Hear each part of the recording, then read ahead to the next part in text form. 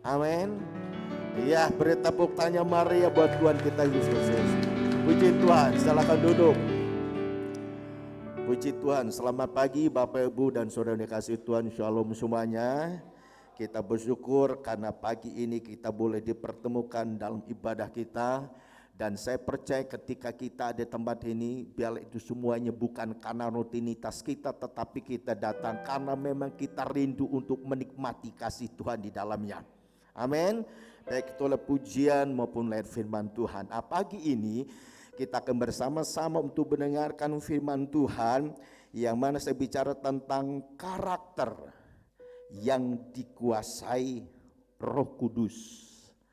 Karakter yang dikuasai oleh Roh Kudus.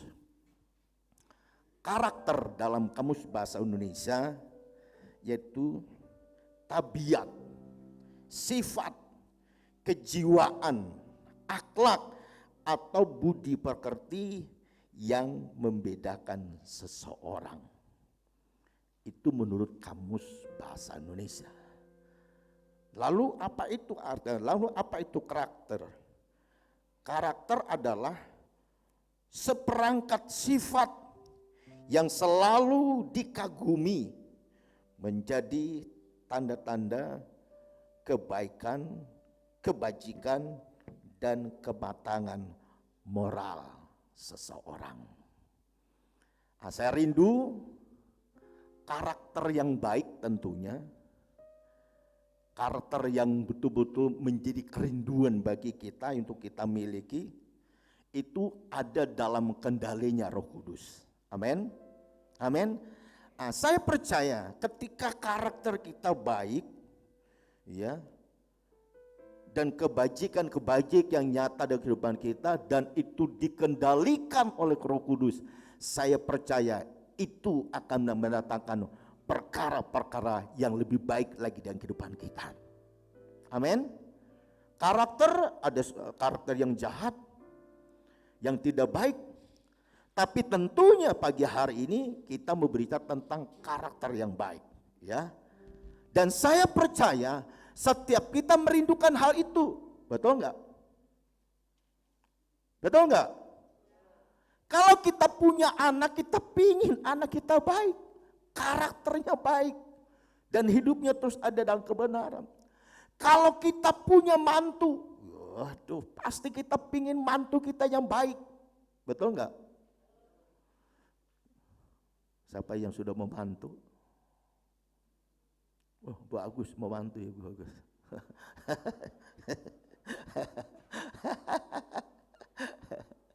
Saudara dikasih Tuhan. Bertalian dengan tema kita hari ini, kita mau lihat bersama-sama, ya. Ciri-ciri dari orang yang dikuasai oleh Roh Kudus itu apa sih? Ya. Kalau karakter tadi itu menunjukkan kepada seperangkat sifat yang selalu dikagumi, menjadi tanda-tanda kebaikan dan kebajikan dan kematangan moral seseorang. Kita mau karakter itu terus ada dalam kendali pada kuasa Tuhan. Kemudian apa ciri-ciri dari orang yang dikuasai oleh Roh Kudus? Mari kita akan membaca firman Tuhan di dalam Galatia pasal 5. Galatia pasal 5 ayat ke-22 hingga ayat yang ke-23.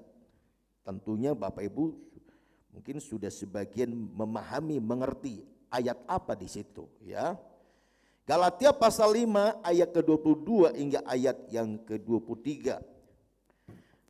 Dalam perikop ini, ya, dalam pasal 5 ini kemerdekaan karena Kristus, ada dua pembahas di sini, yaitu dalam perikop ini yang pertama kemerdekaan dalam Kristus, lalu yang kedua hidup menurut daging atau menurut roh. Saya membaca ayat ke-22 hingga ayat 23 berkata demikian. Tetapi buah roh ialah kasih, sukacita, damai sejahtera, kesabaran, kemurahan, kebaikan, kesetiaan. Ayat 23. Kita baca bersama-sama. 1, 2, 3.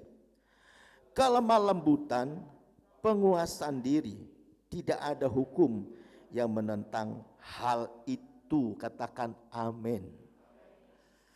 Nah, Bapak Ibu Saudara yang dikasih Tuhan, bertalian dengan tema kita hari ini, yaitu kita bicara tentang karakter dikuasai Roh Kudus. Lalu kita masuk dalam pokok pembahasan, yaitu ciri-ciri dari orang yang dikuasai oleh Roh Kudus. Apa ciri-cirinya dari orang yang dikuasai oleh Roh Kudus? Ya. Ciri-ciri dari orang yang dikuasai oleh Roh Kudus, yang pertama itu adalah memiliki perasaan dan pikiran seperti Kristus. Sekali lagi, ciri-ciri dari orang yang dikuasai oleh Roh Kudus hidupnya, yang pertama dia memiliki perasaan dan pikiran seperti Kristus.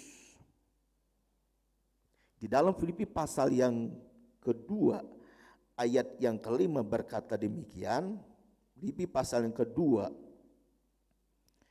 ayat yang kelima berkata demikian. Hendaklah kamu dalam hidupmu bersama-sama menaruh pikiran dan perasaan yang terdapat juga di dalam Kristus Yesus. Artinya apa? Artinya ada hasil. Ya. Ada hasil yang dinyatakan dan itu berdampak bagi orang lain. Ada hasil yang dinyatakan dan itu berdampak, berpengaruh bagi orang lain. Lalu apa saja hasilnya?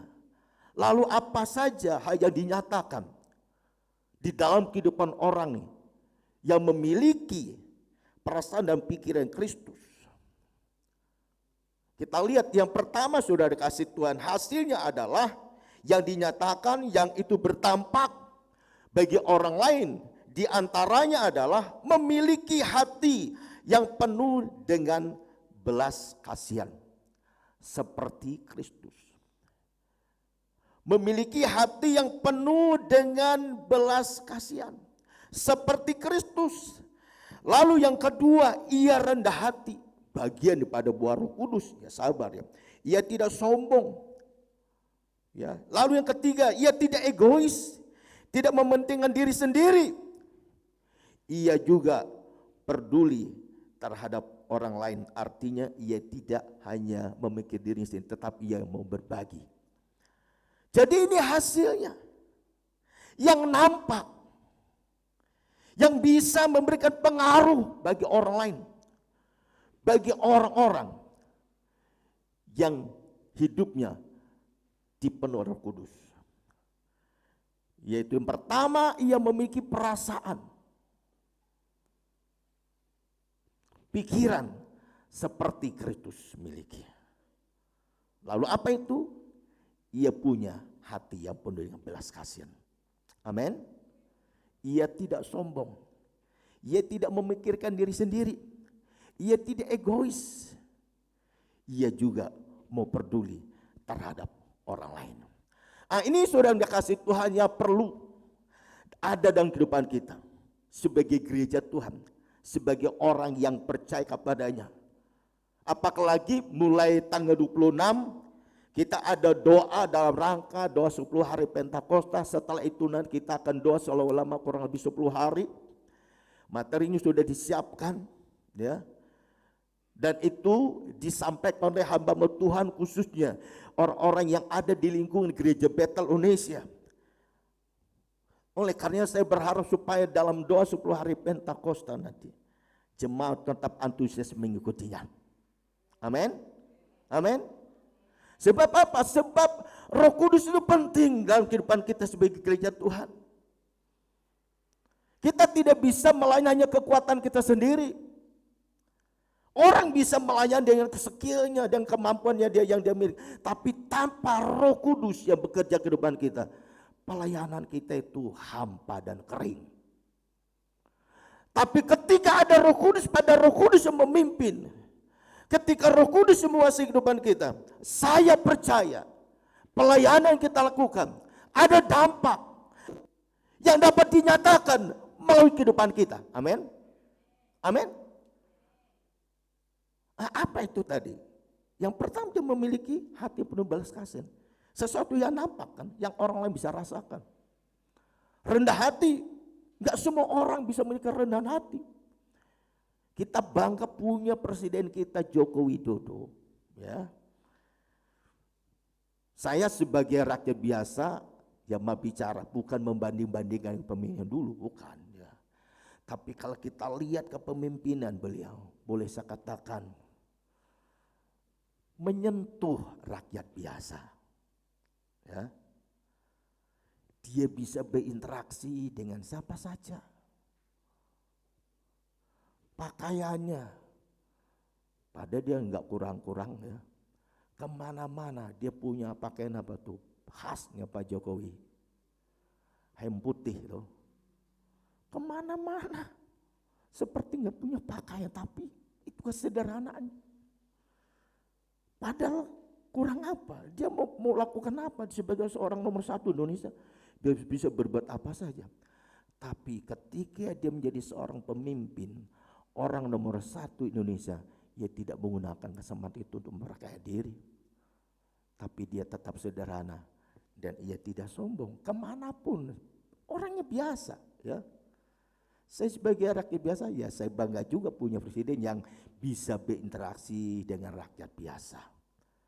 Tapi kalau dulu kan susah. Ya. Tapi sekarang kita melihat pemimpin kita, presiden kita, orang yang boleh katakan tidak menggunakan kesempatan untuk memperkaya diri atau berlaku seperti orang yang lebih dari yang, tapi dia sederhana, ya, dia rendah hati dan tidak sombong. Kemudian kita tidak egois, ya, tidak egois, tidak mementingkan diri sendiri, tapi kita menjadi orang yang mau peduli dan berbagi kepada orang lain. Amin. Saya teringat kemarin kurang lebih 1 minggu yang lalu saya itu mendampingi istri saya, ada Paskah Ibu Gembala di Cilacap. Setelah pertemuan KUL 3 di Purwokerto, jam 12 atau jam 1 selesai, kita habis makan siang, kita langsung pergi ke Cilacap. Kita ada Paskah Ibu Gembala di sana. Waktu kita berangkat, kita hanya berempat, saya terus Eras, lalu pulang ya. Tanda Ruby ikut kita.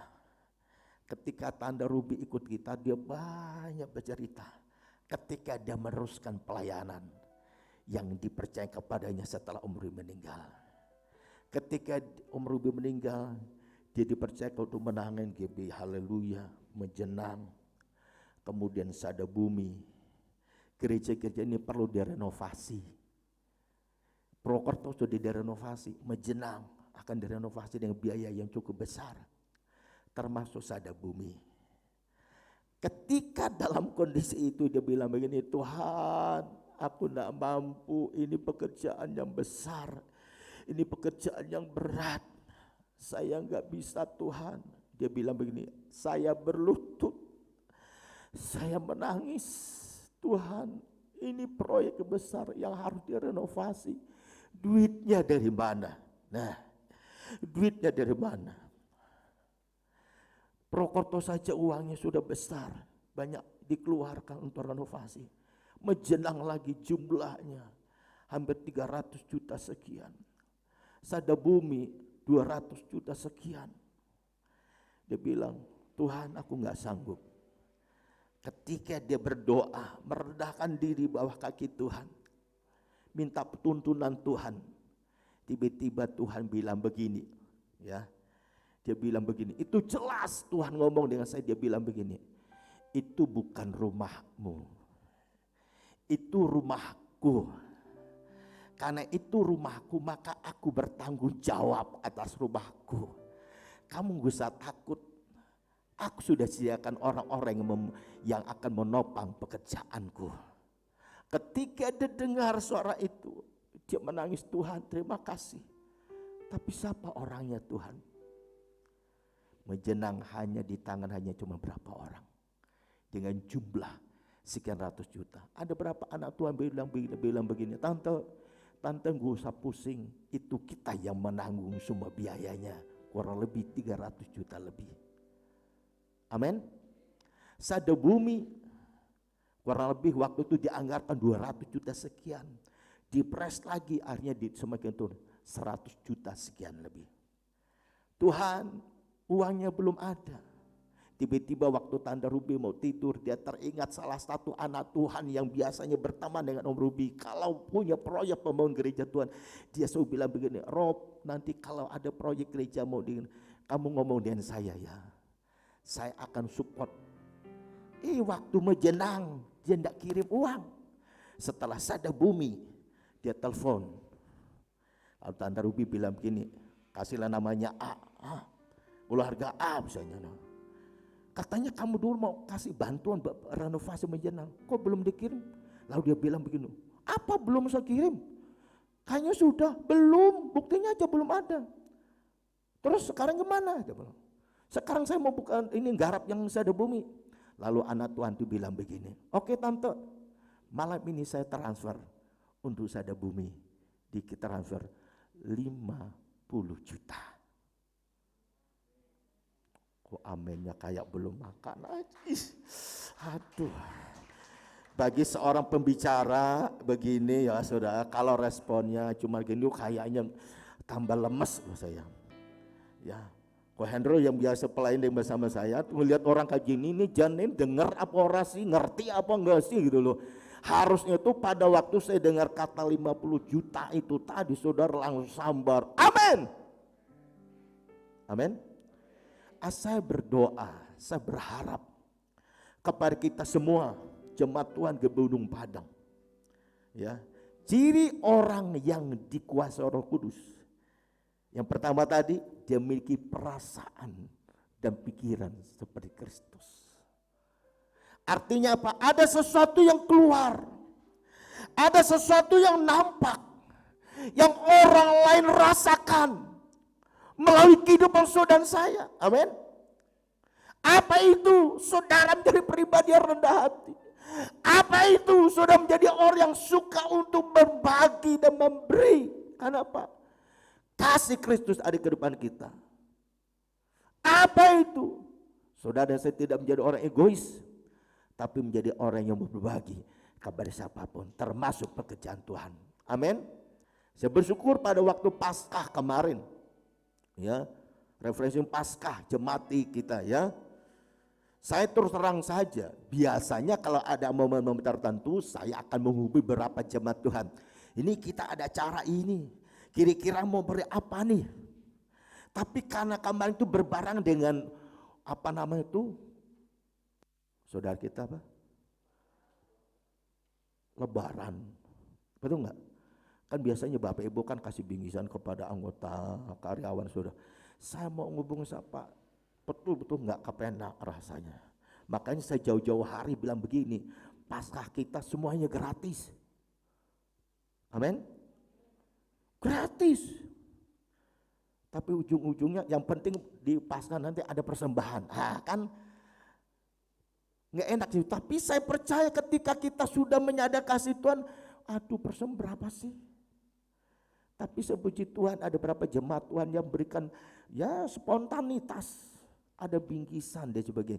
Itu memberikan semangat tersendiri pada waktu kita ada refreshing Paskah di Pratin kemarin. Amin. Terima kasih kepada Bapak Ibu Saudara semua yang sudah mendukung sehingga jemaat Tuhan ada yang pulang membawa bingkisan luar biasa. Saya sendiri nggak dapat apa-apa, gitu. Tapi nggak masalah. Jemaat yang penting dapat sukacita tersendiri buat gembala sidang.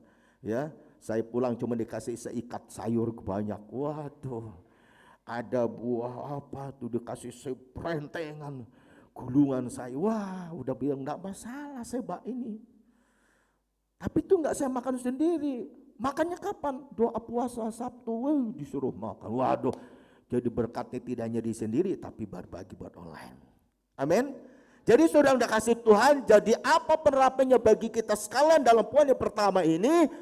Ya, penerapannya adalah jalanilah hidup ini tidak hanya untuk kepentingan diri sendiri, tetapi biarlah hidup ini menjadi berarti bagi Allah dan bagi sesama kita. Amin. Berikan tepuk tangan dong buat Tuhan Yesus. Itu hal yang pertama. Yang kedua, ciri yang kedua dari orang yang dikuasai oleh Roh Kudus, ya. Ciri yang kedua kita baca bersama-sama 1, 2, 3. Memiliki kedewasaan secara rohani. Memiliki kedewasaan secara rohani. Ya. Mengapa kita memiliki kedewasaan secara rohani? Dan itu merupakan keharusan bagi kita sebagai gereja Tuhan, ya. Kedewasaan rohani penting untuk kita miliki dan itu merupakan keharusan bagi kita sebagai gereja Tuhan. Mengapa itu penting? Dan itu harus untuk kita miliki. Tidak ditanya berapa tahun sudah jadi Kristen, sudah pelayan apa saja, tidak ditanya itu. Tapi kedewasaan rohani itu merupakan keharusan. Mengapa itu harus sebagai kita sebagai gereja Tuhan? Yang pertama, agar kita menjadi gereja Tuhan yang tidak mudah menyerah dan putus asa dalam menghadapi setiap proses hidup ini. Artinya ketika kita diperhadapkan proses hidup ini yang silih berganti sampai hari terjadi kehidupan kita, kita tetap kuat. Amin. Kita tetap tabah. Amin. Amin. Kan minggu kemarin kita sudah dengar firman Tuhan. Apa di tema firman Tuhan minggu kemarin? Oh, pada lupa. Kalau begitu suruh ke handle khotbah lagi nanti. Kebanyakan kasihkan kalinya, ya. Jika Allah di pihak kita, betul nggak? Jika Allah di pihak kita, hasilnya apa? Aduh, jika Allah di pihak kita maka Dia akan menjadi pembela dalam kehidupan kita. Dia terus memampukan kita untuk berdoa dan Dia menjadi pendoa syafaat bagi kita. Amin. Jika Allah di pihak kita, apalagi ketika Allah di pihak kita maka Ia mengaruniakan segala sesuatu kepada kita. Apa saja sesuatu itu, Ia membenarkan kita. Betul enggak? Dan selanjutnya, Ia menjadi penolong dan sebagainya. Bapak Ibu saudara kasih Tuhan. Oleh karena itu saudara kasih Tuhan, bersyukurlah dan banggalah jika engkau menjadi umat pilihan Tuhan. Ketika engkau menjadi umat pilihan Tuhan, Tuhan tidak pernah biarkan engkau jalan sendiri, tapi Dia selalu menjadi penopang di dalam kehidupan kita sekalian. Amin. Amin. Makanya ada firman Tuhan, saudara kasih Tuhan, di dalam 1 Korintus pasal 13 ayat yang ke-11 berkata demikian, ya. Ketika aku kanak-kanak, aku berkata-kata seperti kanak-kanak. Aku merasa seperti kanak-kanak. Aku berpikir seperti kanak-kanak. Sekarang sesudah aku menjadi dewasa, aku meninggalkan sifat kekanak-kanakan itu. Amin. Tuhan mau saudara saya itu jangan terus menjadi bayi rohani. Tapi kita mau Tuhan rindukan bagi kita, kita harus menjadi jemaat dewasa dalam Tuhan. Amin. Bilang kiri kananmu, Tuhan mau kita dewasa dalam Tuhan. Amin. Ketika engkau dewasa dalam Tuhan, maka kita menjadi orang yang tidak mudah menyerah, putus asa ketika menghadapi setiap proses hidup ini. Tapi kita tetap kuat dan kita tetap tabah. Proses hidup ini terus sampai hari terjadi. Ada yang berhubungan dengan kesehatan, ekonomi, rumah tangga, dan juga proses dan perjalanan kehidupan rohani kita dan sebagainya, ya. Lalu yang kedua, mengapa kita harus dewasa secara rohani, ya? Yang kedua, agar kita dapat mengerti kehendak Tuhan. Agar kita mengerti apa yang jadi kehendak Tuhan dalam kehidupan kita. Saya berikan contoh dalam firman Tuhan di dalam Kejadian pasal yang ke-50 ayat ke-5 pasal 50 ayat ke-20 hingga 21. Di situ menceritakan tentang Yusuf. Ya, saudara-saudara Yusuf tuh ketakutan.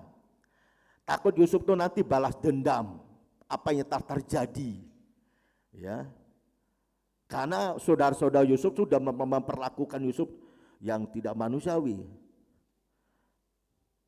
Tapi Yusuf memberitahu kepada mereka, apakah ke Allah? Lalu Yusuf bilang begini, manusia selalu mereka-rekakan yang jahat, tapi Allah selalu mereka-reka yang baik. Untuk itulah aku ada di sini, supaya ketika terjadi kelaparan, aku menolong engkau, aku menolong kalian. Waduh, Yusuf mengerti apa yang terjadi ke depannya, semuanya ada dalam rencana Tuhan. Amin. Yusuf tahu, Yusuf mengerti. Kenapa dia bisa mengerti? Karena dia orang yang dalam pengenalan Tuhan, orang yang dewasa dalam Tuhan. Sehingga kemanapun Yusuf pergi, hidupnya selalu diberkati Tuhan. Lalu selanjutnya, mengapa kita perlu dewasa? Bahkan harus dewasa sebagai gereja Tuhan. Ya. Yang ketiga, agar kita dapat membedakan yang baik dan yang jahat, serta memilih sesuatu sesuai dengan kehendak Tuhan.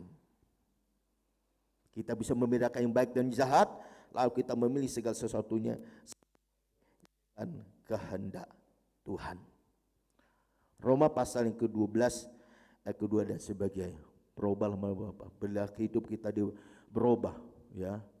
Kita bisa membedakan yang baik dan yang jahat.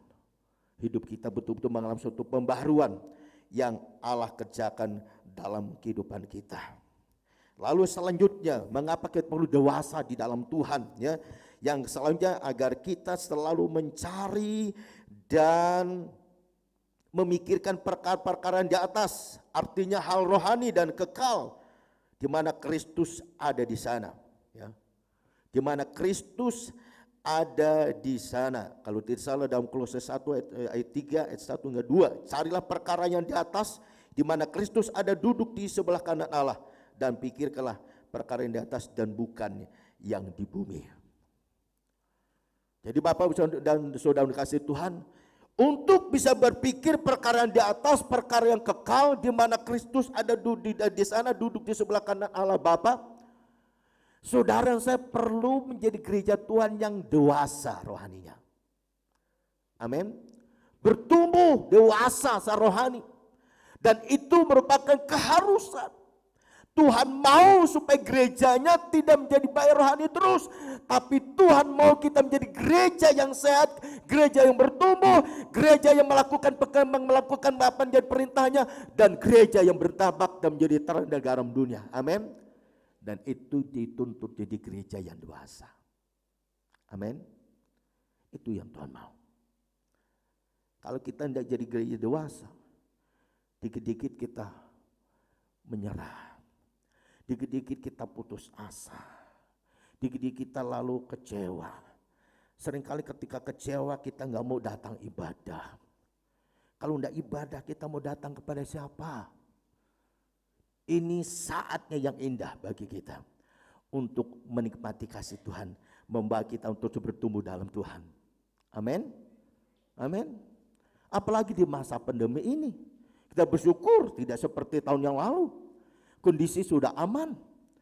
Ya, ada beberapa jemaat yang sudah bilang begini dengan saya, Om, kalau begitu kita nggak usah absen lagi ibadah. Buat saya sih tidak masalah, Cuman pengalaman waktu ibadah, kalau nggak salah Jumat Agung, itu tidak daftar.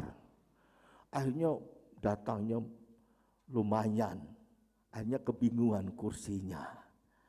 Ya. Dalam arti bingung kursinya itu kan kita belum bisa berdempet-dempet kayak dulu, toh tetap kasih ada jarak toh. Nah, ini ada usul.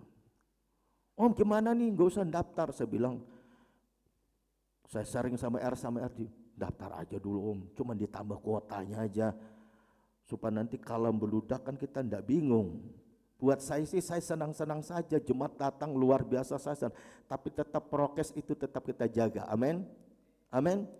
Jadi mulai minggu depan kuota kita ditambah, yang biasanya 60 orang jemaat di luar yang melayani, mulai minggu depan kita tambah 15 orang.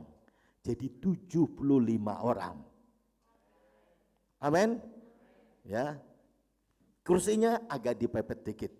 Jadi jumlahnya 75 orang. Jadi Bapak Ibu enggak usah pusing-pusing, daftar enggak berebut-rebut ya. Sudah ditambah 15 orang. Jadi 75 orang jemaat Tuhan. Ya. Jangan khawatir. Kalau semakin antusias untuk menghadiri ibadah, lama kelamaan enggak perlu lagi ada absen-absenan. Amin.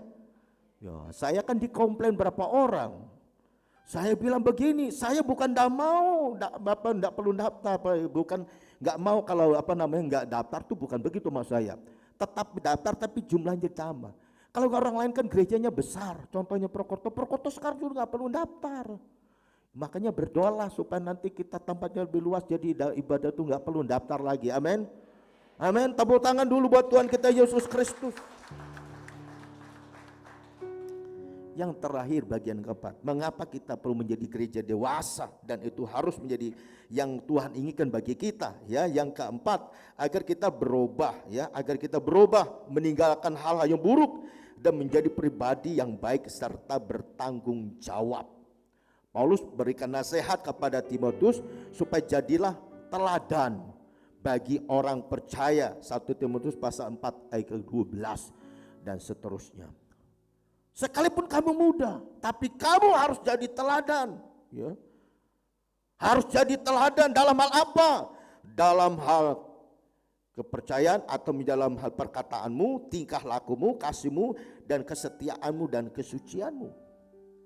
Paulus memang muda, Timotius muda, tapi Paulus berpesan jangan ada orang menganggap engkau muda, tapi jadilah engkau teladan.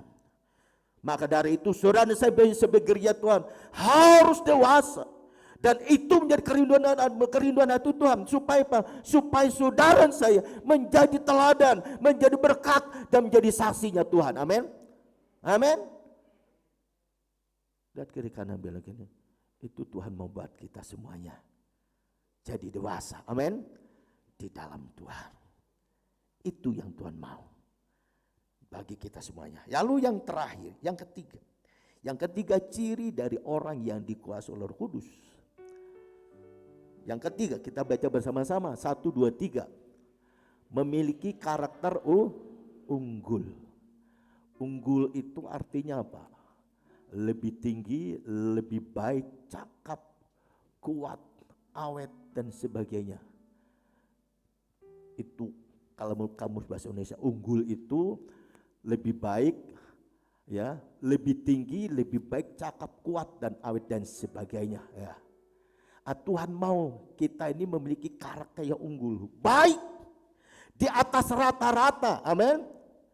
Di atas rata-rata, memiliki kualitas yang luar biasa.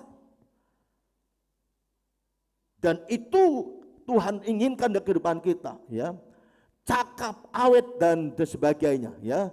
Daripada yang lainnya. Jadi saudara dikasih Tuhan, Tuhan mau agar setiap kita menjadi gereja Tuhan yang ketiga ini karakternya unggul, karakternya di atas rata-rata. Jadi milikilah karakter yang unggul, artinya buah roh itu harus semakin nampak dan dapat dirasakan oleh orang lain yang ada di sekitar kita. Contohnya kasih Allah yang kasih Allah juga kepada sesama. Contohnya kasihlah kepada Allah dan juga sesama, terhadap sesama kita semakin bertambah di dalam kehidupan sebagai gereja Tuhan. Semakin sabar, tenang, murah hati, penuh dengan kebaikan, setia dan dapat menguasai diri. Itulah karakter unggul yang tidak dapat dipisahkan dari orang yang hidupnya dipenuhi oleh Roh Kudus. Amin. Jadi Bapak Ibu dan Saudara dikasih Tuhan, saya rindu pagi hari ini firman Tuhan berbicara tentang karakter yang dikuasai Roh Kudus 3 poin yang sudah kita dengar bersama-sama. Saya rindu ini menjadi berkat dalam kehidupan kita sekalian. Sebagai penutup bagi kita hari ini, milikilah perasaan dan pikiran Kristus, dewasa secara rohani dan berkarakter unggul, sebagai wujud bahwa kita orang yang hidupnya dipenuhi dan dikuasai oleh Roh Kudus. Amin. Untuk firman Tuhan, Tuhan Yesus memberkati kita sekalian. Mari kita bersama-sama bangkit berdiri. Kita merenungkan firman Tuhan yang sudah kita dengar ini, agar firman Tuhan ini terus memperbaharui dalam kehidupan kerohanian kita masing-masing. Roh Allah yang hidup penuhiku, Roh Allah yang hidup pulihkanku, turunlah urapan ke atasku, membangkitkan kuasa-Mu, membebaskan hidup yang terbelenggu,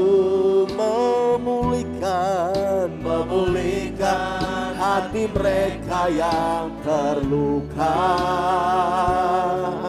serta mencelikan mata yang buta.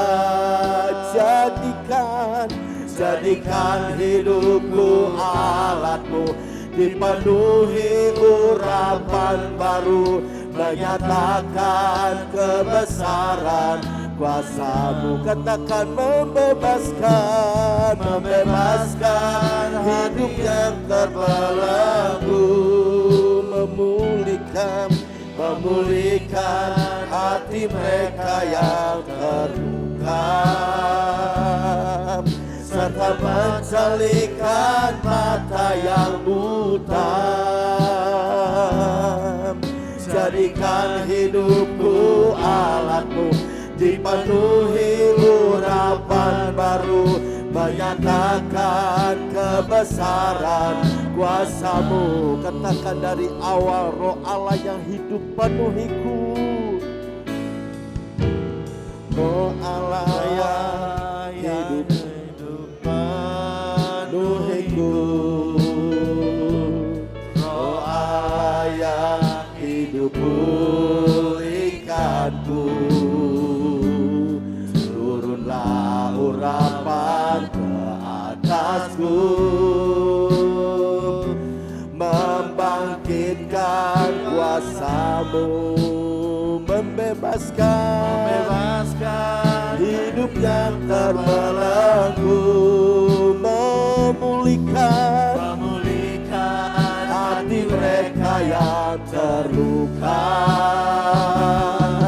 serta mencelikan mata yang buta.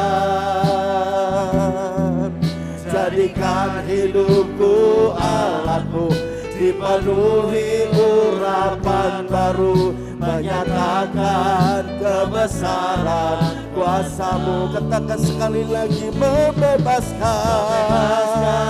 hidup yang terbelenggu, memulihkan hati mereka yang terluka, serta mencelikan mata yang buta. Jadikan hidupku alat-Mu, dipenuhi urapan baru, menyatakan kebesaran kuasa-Mu. Katakan sekali lagi, membebaskan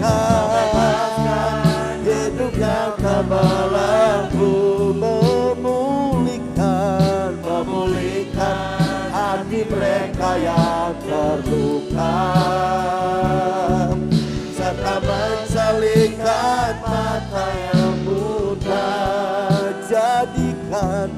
Jadikan hidupku alat-Mu, dipenuhi urapan baru, menyatakan kebesaran kuasa-Mu,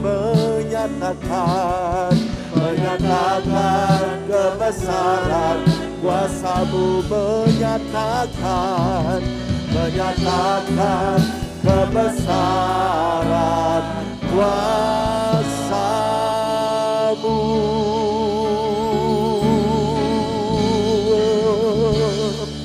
Haleluya. Syukur Tuhan, syukur Yesus. Haleluya. Roh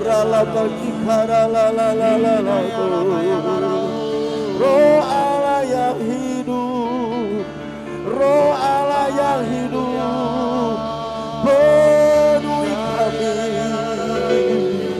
Yesus Tuhan, Yesus. Haleluya. Haleluya. Yesus, Engkau baik, Engkau sangat baik. Terima kasih Bapa, terima kasih Yesus, terima kasih Roh Kudus. Bapa, hamba-Mu berhenti berbicara, tapi biarlah Roh-Mu yang kudus itu terus memimpin menguasai kami, agar firman Tuhan yang kami dengar pagi ini biarlah tidak lewat begitu saja, tapi firman-Mu yang kami dengar pagi ini termaterai di hati kami, dan firman itu bertumbuh, berakar, berbuah dalam kehidupan kami umat-Mu. Terima kasih Tuhan, dan kami juga berdoa supaya lewat firman Tuhan kami dengar pagi ini, kami yang lemah dikuatkan, yang putus asa diberikan pengharapan yang baru, bahkan peperangan yang menghadapi peperangan rohani diberikan kemenangan karena kuasa Tuhan ada di depan kami gereja-Mu. Terima kasih Bapa, terima kasih. Terpujilah nama-Mu Tuhan. Biarlah kami umat Tuhan yang terus bangkit, bertumbuh, dewasa dalam Tuhan. Terima kasih Bapa, terima kasih. Dan setiap kami hadir pagi ini yang melayani maupun dilayani, tidak seorang pun yang kelewati, tapi semua boleh diberkati. Dan ketika kami pulang, membawa sukacita yang bersumber pada Allah menjadi bagian kehidupan kami semuanya. Kami tidak lupa berdoa buat persiapan ibadah yang kedua nanti sore. Allah Roh Kudus juga yang memampukan kami, dan jemaat Tuhan yang sudah mendaftarkan diri, supaya mereka tetap antusias mengikuti ibadah-ibadah yang ada. Terima kasih Bapa, terima kasih. Dan sebenar kami akan kembali, kami akan pulang. Biarlah tuntunan Tuhan, penyertaan Tuhan terus Tuhan nyatakan bagi kami, agar setiap kami umat-Mu ketika kami pulang, kami boleh kembali tiba di tempat masing-masing dengan tidak kurang suatu apapun. Dan kami juga berdoa buat jemaat Tuhan yang sampai hari ini belum bisa ibadah secara online, secara offline. Mereka masih mengikuti ibadah secara online. Kami berdoa dalam nama Yesus, Engkau juga memberkati mereka, Engkau juga melawat mereka. Allah Roh Kudus yang bekerja supaya mereka boleh menikmati berkat-berkat Tuhan yang Tuhan nyatakan dalam setiap ibadah-ibadah yang mereka ikuti. Terima kasih Bapa, terpujilah nama-Mu. Dalam nama Tuhan Yesus Kristus kami sudah berdoa dan mengucap syukur buat pimpinan-Mu, pertolongan-Mu, dan berkat-Mu yang Tuhan nyatakan dalam ibadah kami pagi ini. Ini doa kami dan ucapan syukur kami. Dalam nama Tuhan Yesus kami sudah berdoa. Haleluya. Mari saudaraku kasih Tuhan, arahkan hatimu dan angkat kedua tanganmu di hadapan Tuhan, agar setiap kita boleh pulang dan terima berkat pada Tuhan. Tuhan memberkati engkau dan melindungi engkau. Amin. Tuhan menyinari engkau dengan wajahnya dan memberi engkau kasih karunia. Amin. Serta Tuhan menghadapkan wajahnya kepadamu dan memberi engkau damai sejahtera.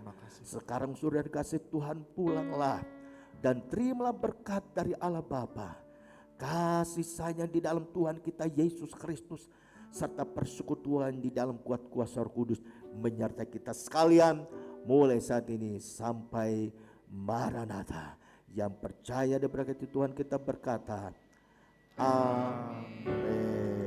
Tuhan Yesus memberkati kita semuanya.